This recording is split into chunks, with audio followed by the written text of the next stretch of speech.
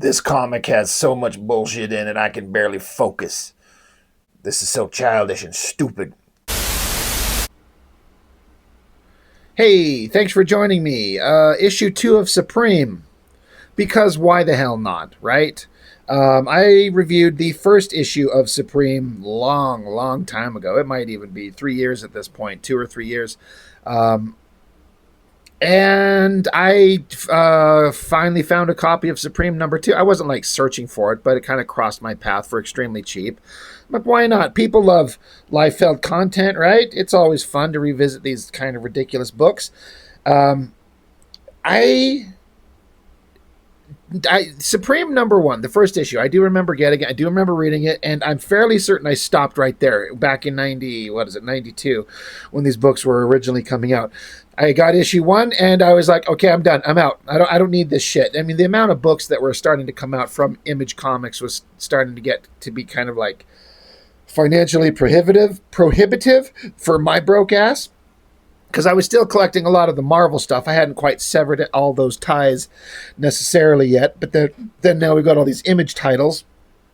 So, you read one issue of a book, and if it's not blowing you away, you're like, well, I'm out. And that was issue 1 of Supreme. However, there are 2 distinct things that stand out in my mind very clearly. One, I thought the cover was pretty awesome. If you remember, Supreme blasting forward, coming at you with like an exploding kind of planet or something in the distance and like a shockwave traveling through space. It looked pretty cool. And the other thing that I remember is, despite not remembering anything about the main story and the particulars of it, outside of it, Supreme was like a Superman character that had been on Earth a long time ago, and he left decades ago, and he was coming back for the first time in, I think it was like 50, 60 years, something like that. And he's just kind of shocked by what the planet has become in a lot of ways. And the part that stuck with me is the last page of that story. He flies away into space, and he had tears in his eyes because it was like he was sad at how so many things have changed so horribly. And that's it. That's the distinctive thing that I remember that actually kind of stuck with me. I was like, you know what? It was not what I was expecting, considering what comics were at the time and what, Image Comics were, a bunch of tough guys screaming and yelling and cutting each other up and all that shit. To have like this main character in his first book who's supposed to be like Superman flying away and actually having an emotional reaction. Some people could say, you don't want your superhero fucking crying. I mean, it depends, but it made him seem kind of human, and it really it stuck with me, like big time. It burned in my brain. But what's going to go on in issue 2? I bet you it's not very interesting. The cover. So Brian Murray, this is a guy that like 75% of the shit that he does is terrible, but then like that other 25% is like, God, he's actually kind of got something. There's actually something kind of interesting on occasion. This face, I mean, Brian Murray was drawing in a way unlike any of the other Extreme Studios artists were. It's a more round, more organic, a little bit more understanding of anatomy. My understanding is, and again, as I like to say, please clarify if I'm wrong, but I didn't know this until recently-ish, that Brian Murray had been working for Continuity Studios, meaning he had trained under Neil Adams. I had a whole pile of Continuity comic books, a huge stack, and I reviewed them all about a year ago or so. I actually finally found a home for them, thanks to my friend. Internet handle is Grendel. He took them off my hands, and hopefully they found a good home. But in one of those books was artist Brian Murray, and I'm like, this can't be this guy. There's no way, because his art, from what I remember, looked way better than this. So I don't know exactly what happened, how that chain of events went down, but Liefeld snagged him up. I'm pretty sure Brian Murray was also ghosting Liefeld X-Force pages. There's at least one issue where there's a couple of pages, several panels where I'm like, that's Brian Murray, 100%. Liefeld probably did like the layout, but the penciling was this guy. So it's interesting. He's got some skill, but when he's leaning into this Image Comics style of like, heavy shadow and then like weird cross-hatching lines that kind of don't make a lot of sense. It gets kind of weird. Creator, co-plotter is Rob Liefeld. And then Brian Murray is penciler, co-plotter, scripter, and colorist. And then inks are spread between Liefeld, Danny Meeke, and Brian Murray himself. So this is like an all-hands-on-deck kind of thing. Another thing about Brian Murray is like his coloring to me is just always awful. But it's weird and it's strange. And you could say that the strangeness makes it unique. I guess I do not like it. This is very, very early computer coloring, and I understand that these artists have to find their way. And, you know, what might look kind of cool at the moment suddenly looks terrible. Not too many, you know, a year or two later, you're like, oh, we've learned how to do this shit. The coloring is just piss ugly awful. This opening page is not too bad, but it gets pretty bad. But yeah, Supreme flew off into space crying. Now he's just standing here shooting eye lasers, I guess, holding his hand out. I don't know. You tell me. What is he doing? He's just standing there doing something.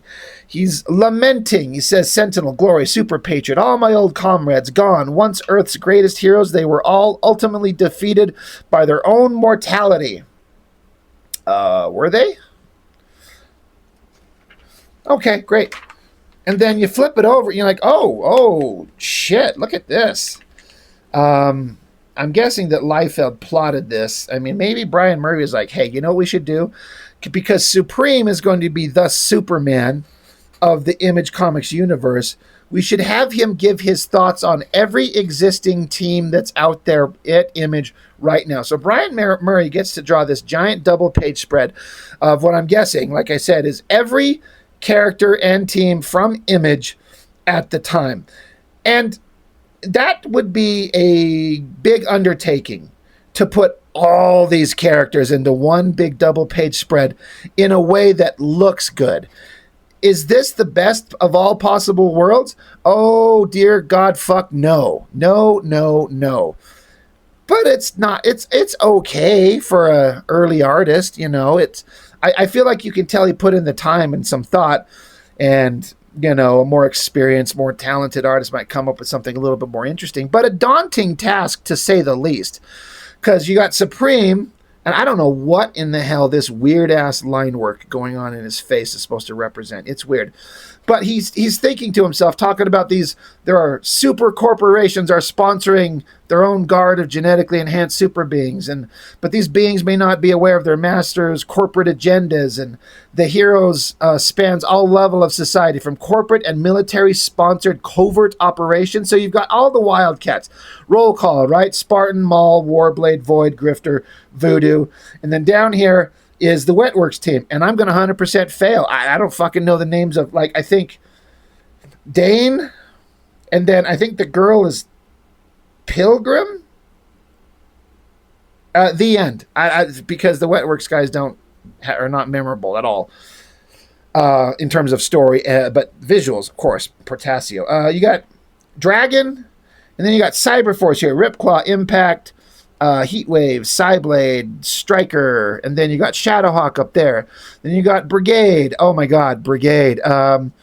Battlestone, Seahawk, Cold Snap, Expert Marksman and Skilled Martial Artist, KO, Thermal, and I can't remember that girl's name. I can't. Then you got Combat, Cougar, Photon, Sci-Fire, I think, Riptide, Badrock, Diehard, Sentinel. Where's Shaft? Am I blind? Where in the fuck is Shaft? How can you have Youngblood and not have Shaft anywhere? Oh well, fuck Shaft. And then what looks like shots taken from other comics. I don't think that Brian Murray drew these. He probably got tired of drawing all this shit. He's like, fuck, when we need Darkthorn and Malbolgia and Hellspawn and whatever the fucking twat, dumbass, bad guy, jerk-off, asshole, boring character from Brigade there, just throw in art from the books. And then, of course, you take the opportunity to draw the coolest Spawn that you could possibly muster up. But Supreme sees all these fuckers and he's like, what are these guys? Good guys, bad guys, and everywhere in between. All right. So then Supreme's like, well, enough of thinking about the current roster of characters that's out there. He suddenly remembers, like, which I'm guessing is supposed to be this universe's version of Lex Luthor, is in prison. And he's like, oh yeah, I gotta go kill that fucker. So he flies down to this prison, and this is the great overhead aerial shot of a prison. What in the hell is going on with the coloring? Just what is going on with the coloring? Literally everywhere. Just everywhere. It's all terrible. And apparently this villain's name is Grizzlock. I'm like, Grizzlock? Grizzlock. Sounds a little familiar, but also stupid. So Supreme's there. He just flies down, and then I guess he's just standing outside his glass walls. And then I guess the glass walls just shatter because Supreme's just standing there. And so Grizzlock, he just smiles and says, hey, come inside. Supreme literally says, I've come to kill you. He's like, oh, well, you're not following the laws of man, but hey, before you kill me, can we take a trip down memory lane? I was a busy boy while you were gone. You left your nest unprotected, and well, I'm an opportunist, you know. And that's not a bad shot of the backside of a balled-up fist. That's a pretty damn good drawing. Like, I'm going to say he clearly referenced that off something. So then, Grizzlock sets about to explain all these horrible things he did. Now, that's not bad. I see some continuity studios kind of ish art going on there. It's sort of in there. But he starts talking about all these horrible things he did, where I guess this universe's version of like Jimmy Olsen gets splattered by a truck. This universe's version of Lois Lane, her name's Louise, she gets horribly murdered. Doesn't say exactly how, but just gruesomely murdered. And then there's like a junior Supreme squad, a bunch of kids that get chopped up into pieces. Like, so this guy did horrible stuff. So again, they're trying to set up the fact that he did terrible things, and Supreme let it happen because he took off and left. So, and I guess this face of that guy is supposed to be that guy. It does not look like the same dude, but he keeps talking about all the cool shit he did, and then we just get a heavily shadowed, close-up, gritted teeth shot of Supreme, and he just grabs onto him and tells him he's going to die. Boom, you're going to die. I mean, all right. That's how we're separating this universe's version of Superman from Supreme, is like, this guy will murder the shit out of you.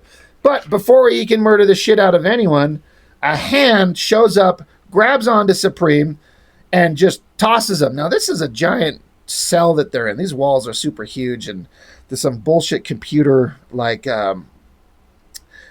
texture effect they keep putting on these walls. Again, I'm sure it's like they got these computers and they're like, holy shit, look what this computer can do. We could put this rock texture in the backgrounds. They're like, do it, throw it in there. It looks awful. Whoever this creepy looking guy is grabs Supreme, throws him, he goes blasting out through the prison walls and crashes into a prison tower, probably kills a bunch of people, but whatever. As Supreme flies through the air being thrown by whatever this fish Batman thing is, he just runs into Godzilla. There's just Godzilla standing outside there. And he refers to the guy who just threw Supreme as Skyraker, and then he refers to himself as Menagerie. I'd just rather it be Godzilla, if I can be honest. But Godzilla smacks him again, sending him crashing into the ground, apparently burying Supreme's happy ass all the way down into the ground. So now we get a guy. I guess he's supposed to be the speedster. His name is Riot, I think. Big, strong guy with the mask and long Jerry curl. Zips down into the hole, runs into Supreme, was just sitting down there. So he starts rapid fire punching him. Now, I was I was reading this. I'm like, what in the fuck? Why does Riot have a little tiny hammer in his hand right there? Like, I'm not making this up. What is that? Why does he have the world's tiniest little hammer in his hand? He doesn't have it anywhere else on him that you can visually see. And if you're going to give your character a weapon to beat the ever-living Supreme piss out of him, why would you get this little, like, rock chisel hammer? And then the idea is that because he's super fast, he's doing super fast punches. But he's talking about how Supreme is super strong and invulnerable. And so Supreme blasts him out, sends him flying. Boom. So now flying guy, Skyraker, is carrying some other guy, whoever this is, Decibel, I think. Decibel tells Skyraker to take care of Riot. These are a lot of words. This shot of, I think, Decibel flying down, fists forward, it's kind of dynamic. It's kind of interesting. It's the best thing in this entire spread. Like, none of this art's really interesting, but that's kind of not bad. So they're sending this asshole down there to go beat the supreme piss out of a guy. And then cut to, just randomly, another scene. I'm pretty sure these guys were introduced in issue 1, but you got to kind of establish who these guys are. Like, they just go from fight scene to guy in suit in lab somewhere. And they're like, hey, do we got our team out there? Or they're moving in on Supreme. But the team's name is Heavy Metal, trademark copyright to Brian Murray, apparently. And they're having a struggle containing Supreme. Well, they go back. I guess Decibel is shooting sound waves at Supreme. Supreme's thinking to himself, interesting, concentrated blast of enhanced psionic energy. Not bad. Then we get this interesting kind of side shot of both their faces, which are kind of interesting. I do kind of think the Supreme one, without all the bullshit cross-hatching shit, looks more interesting. But I guess Decibel uses his whatever the fuck his powers are to shoot Supreme into the air, and then Riot starts spinning like a tornado for some reason. I don't get it. Now they're way, way high in the air. I guess they're trying to just lift Supreme up in the air and keep him off balance and disoriented, because you'd have to. They talk about how they need to, like, all tackle him together, because one-on-one they're going to get their asses beat. So now, flying guy, I guess Skyraker, I don't know what the hell happened with this art right there with Supreme, but he looks like a withered old man. He looks like he's like 80 years old suddenly. But I guess Skyraker is carrying Riot, I guess, but then he drops him. I don't know. Skyraker forms like a giant Klingon weapon right here and slices Supreme, which actually draws blood, which surprises Supreme. He's like, what? That's not possible. I'm really confused about what's going on with Skyraker's face here. He's got some kind of weird, like, Chevy kind of front grill mask plate thing going on, but I don't get how it's visually being seen right here. Something's weird. I don't get it. But Skyraker's inner thoughts, he says, I need to unlock his biological... No. Sorry, this is Supreme. Supreme is thinking to himself. He says, I need to unlock his biological secrets. The better I understand his physiology, the easier I'll defeat him. Meanwhile, Skyraker is standing over him, about to fucking teabag his nuts straight into Supreme's mouth, holding the weapon above his head, saying, the blade anticipates taking your life. Writing.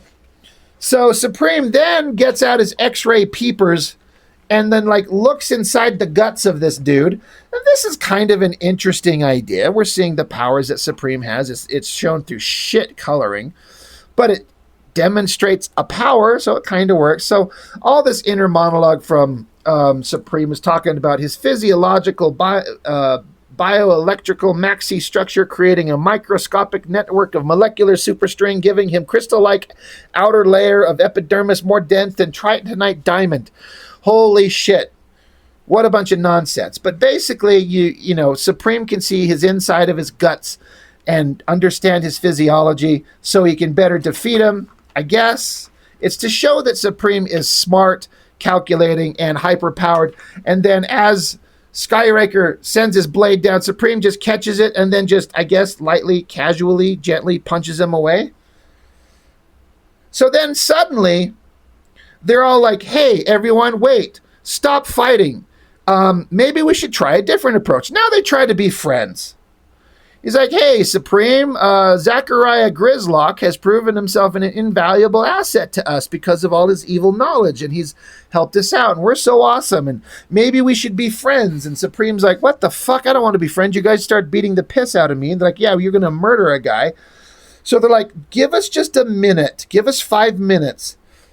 to explain to you what's going on so you understand where we're coming from. And Supreme's like, fine. Whatever. Fuck you. You got 5 minutes. So they all fly away to another city. I'm guessing that took more than 5 minutes, but whatever. You've got a really poorly drawn, well, I guess it's not poor. It's kind of okay. City building, but then somebody decided to take a photo and put a filter over it of an actual real city and throw that in the background, and it just throws everything off. What in the horrible fucking coloring? This is some of the worst coloring I've ever seen anywhere. This is atrocious. And it's not just the crappy computer effects and the blending, it's the color choices.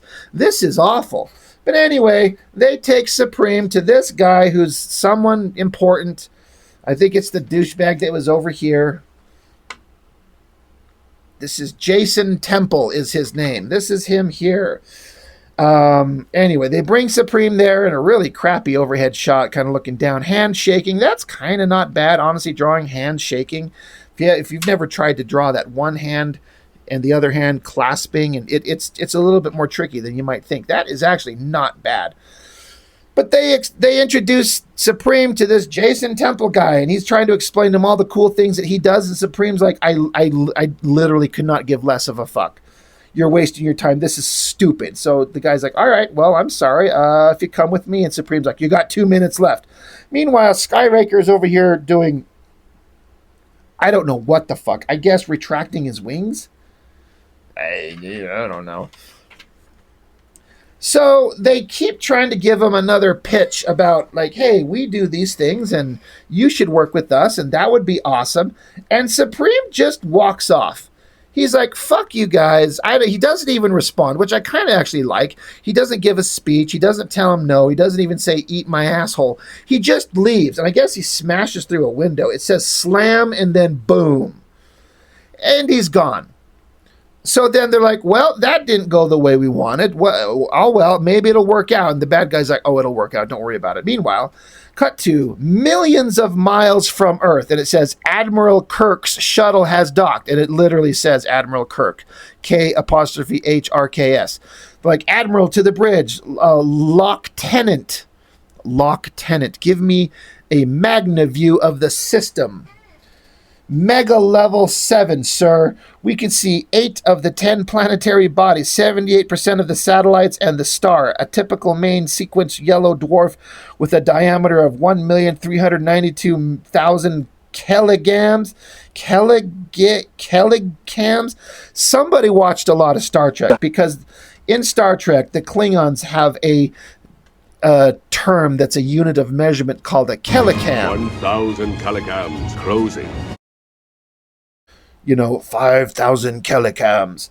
And they literally almost rip it off word for word. Admiral Kirk, Admiral to the bridge.